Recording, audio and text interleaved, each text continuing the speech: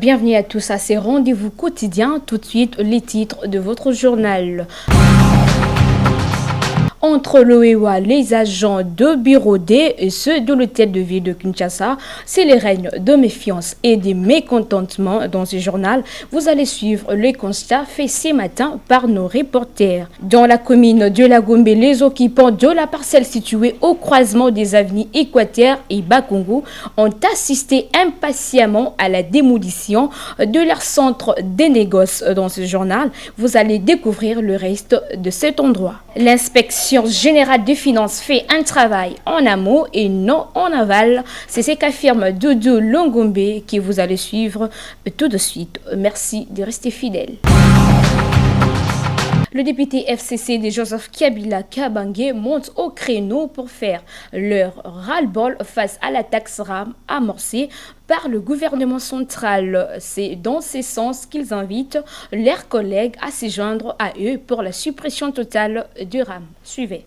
Biso ba FCC tolobi boy ata na tango ya kala mabe ezalaki mabe ozanga te mais o ya lelo ebaye o ya lelo eleki kokende koyiba mwana oyo atekaka na Gambela mwa unité na ye ya 500 asola nande ayibi tolekake ministre ye moko asengaki 48 heures sikoyo bureau oyo eza dirigé na citoyen Mboso oyo azali lokola énoncier ya ba institution mosusu. Parce que on ne peut pas imaginer lelo depuis ministre Sengaki 48 heures. Ti lelo yo ba boy ko programme. O comment na lokola biso to déposer motion que ministre wana akende depuis ba bandi opération wana ba yibi mbongo ya ba imboka plus de 450 millions. Plus de 450 opérations kokisi na numbula mokote plus de 450 millions de dollars. Yango biso to lobi boy. Ou bien ministre atika taxi na ye wana ou bien ministre alongwa yango biso ba FCC tolingi ministre wana alongwa balongola taxi wana ezalité boyokaki ministre ye moka lobi tantôt eza taxi te tantôt eza redevance te tantôt eza impoté il dit que eza rémunération tantôt mbongo wana toza ko sunga gratuité rentrée scolaire yango wana ebandi gratuité yango eza wapi mbongo oyo ye ministre alobaki ke mbongo wana eza kosali mapo ya gratuité ya enseignement tango ba déclarer ki gratuité ya enseignement budget ezalaki te non seulement ça mbongo wana toyebi transabilité na yango te esika bati eyebalaka te soki bokei na niveau ya banque centrale oyo abomaka misolo ya mboka ezali te na niveau ya trésor bokotala te esika ezali eza mbongo bango bafungoli ba compte na bango privé pour que lokola bayebi ke bakolonga liso ba élection te batikana na mbongo wana biso ba FCC tokokene na bango ti na suka.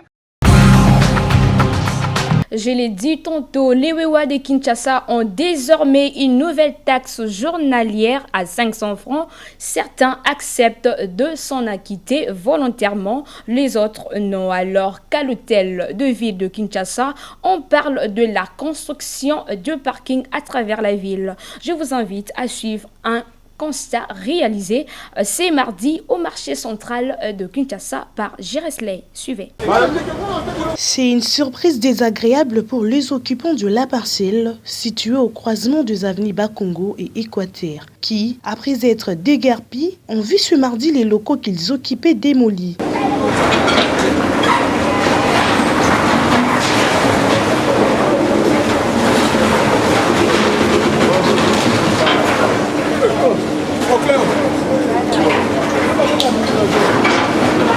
Personne ne s'attendait à ça, explique quelques occupants. C'est ainsi qu'on peut voir le marchandise des uns et des autres jeté en pleine centre-ville sans avertissement comme l'exige la loi.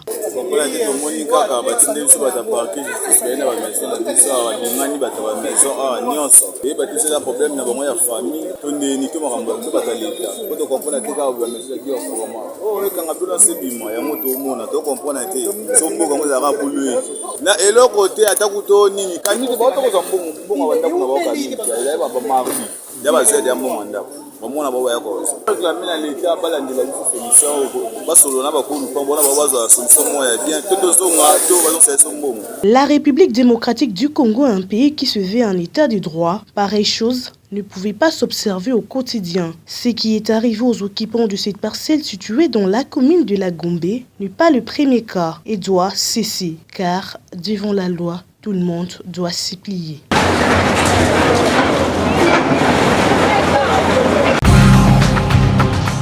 Et puis, malgré les interventions intempestives de l'inspection générale des finances à travers le média, il y a encore certains Congolais qui restent pessimistes.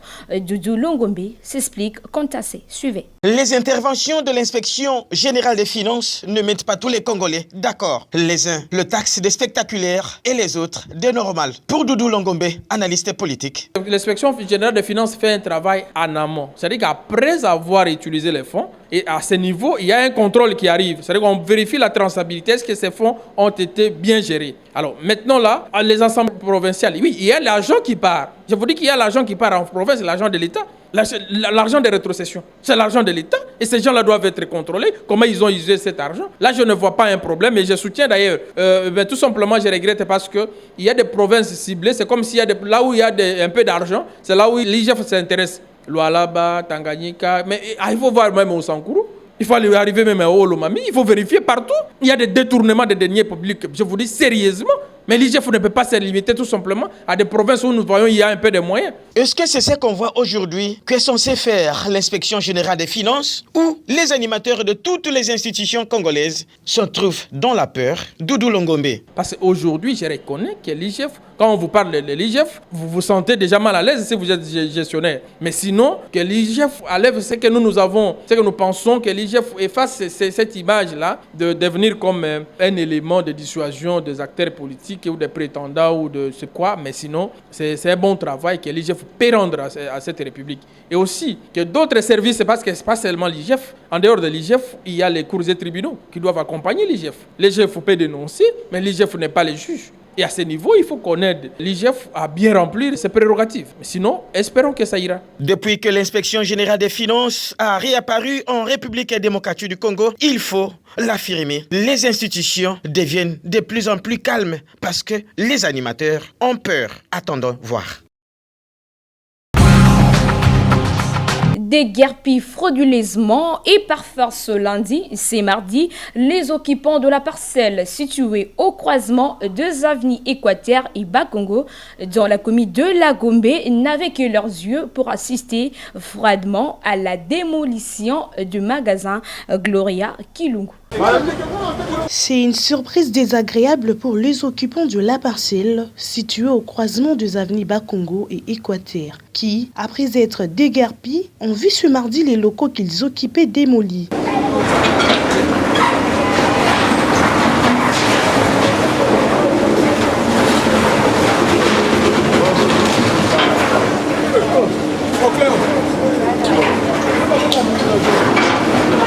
Personne ne s'attendait à ça, explique quelques occupants. C'est ainsi qu'on peut voir le marchandise des uns et des autres jeté en pleine centre-ville sans avertissement comme l'exige la loi.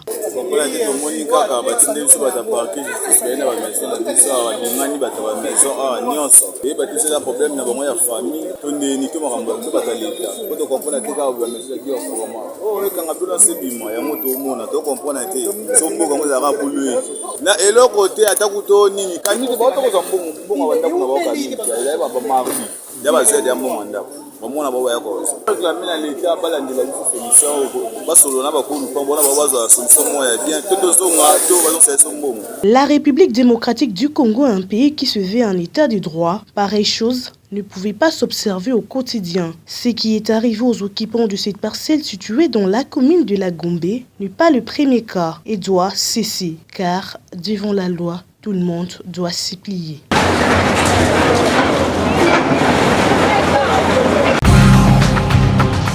Le monde a célébré le 11 octobre la journée de la fille et cette journée a été célébrée en République démocratique du Congo sous les thèmes « La voix de la fille compte pour atteindre un monde égalitaire ». C'est le ministre national du genre famille et enfants, Gisèle Ndaya, qui a présidé cette cérémonie au Salon Rouge de l'hôtel du gouvernement. Reportage. Le monde célèbre le 11 octobre de chaque année la Journée internationale de la fille instituée depuis 2012 par l'Organisation des Nations Unies. En République démocratique du Congo, la cérémonie y afférente a vécu ce lundi avant midi au Salon Rouge de l'hôtel du gouvernement sur initiative du ministère du Genre, Famille et Enfants sous le terme national « La voix de la fille compte pour atteindre un monde égalitaire », une façon d'appeler à la mobilisation des filles pour mener une vie débarrassée de la violence fondée sur les genres, apprendre de nouvelles compétences pour aborder l'avenir qu'elles choisissent elles-mêmes et enfin prendre la tête d'une génération d'innovatrices qui accélère les changements sociaux. Pour la jeune fille membre du Conseil national de la jeunesse, seule la meilleure éducation permettra aux filles de s'en sortir dans une société égalitaire. Elle a salué la gratuité de l'enseignement des bases qui a permis à un bon nombre de filles d'être scolarisées. Les tableaux peints par les représentants pays de l'INFPA est sombre. Beaucoup de filles d'ici et d'ailleurs voient leurs droits bafoués, ce qui constitue une perte énorme pour le monde qui pouvait tirer profit de leurs potentialités. La solution, selon le ministre de la Jeunesse, est d'amener les décideurs actuels à se pencher sur cette catégorie de la population juvénile. Mariage précoce, grossesse indésirable, autant de mots qui rongent la jeune fille actuelle. Avant de déclarer ouverte la quinzaine de la fille congolaise, la ministre du Genre, Famille et Enfants a rendu un vibrant hommage au chef de l'État, Félix-Antoine Tshisekedi Tshilombo, pour sa vision centrée sur l'investissement humain à travers la gratuité de l'enseignement élémentaire de tous les enfants congolais. Gisèle Ndaye Luseba a appelé les filles à améliorer leurs compétences dans les domaines du numérique. À ce sujet, nous voudrions que les filles renversent la tendance par l'amélioration de leurs compétences numériques afin d'exceller dans les différents domaines en tant que technologues et pouvoir utiliser tous les potentiels illimités dont elles disposent en vue de l'atteindre par notre pays. Des objectifs de développement durable. C'est donc sur ces mots que je termine mon propos et déclare ouverte la quinzaine de la fille congolaise. Que vive la Congolaise, que vive la Journée internationale de la fille. Plusieurs activités seront menées pendant ces 15 jours d'activisme de la fille à travers tout le pays. Ainsi s'achève ce journal. Merci de l'avoir suivi et restez fidèles.